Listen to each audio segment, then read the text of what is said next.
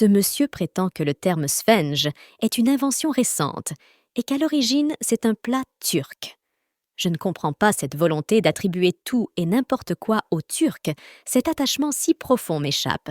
Mais ce n'est pas notre sujet principal. Sphenge est un héritage culinaire profondément ancré dans la culture marocaine.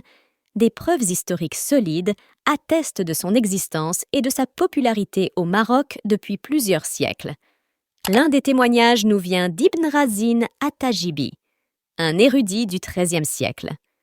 Dans son célèbre ouvrage culinaire, il décrit en détail la recette du sphenge, telle qu'elle était préparée au Maroc à son époque. Ce qui est fascinant, c'est que cette recette est remarquablement similaire à celle utilisée aujourd'hui, démontrant la continuité de cette tradition culinaire à travers les siècles. Un autre document historique important est le récit de Germain Mouette, un Français qui fut captif au Maroc. Dans son livre publié en 1683, il inclut un glossaire des termes utilisés dans l'Empire du Maroc. Il y traduit le mot français « beignet » par « sphenge », prouvant que ce terme était déjà couramment utilisé au Maroc à cette époque.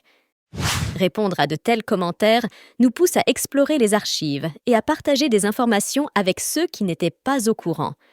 C'est une façon de diffuser des connaissances historiques et culturelles précieuses, tout en corrigeant certaines idées reçues. À la prochaine!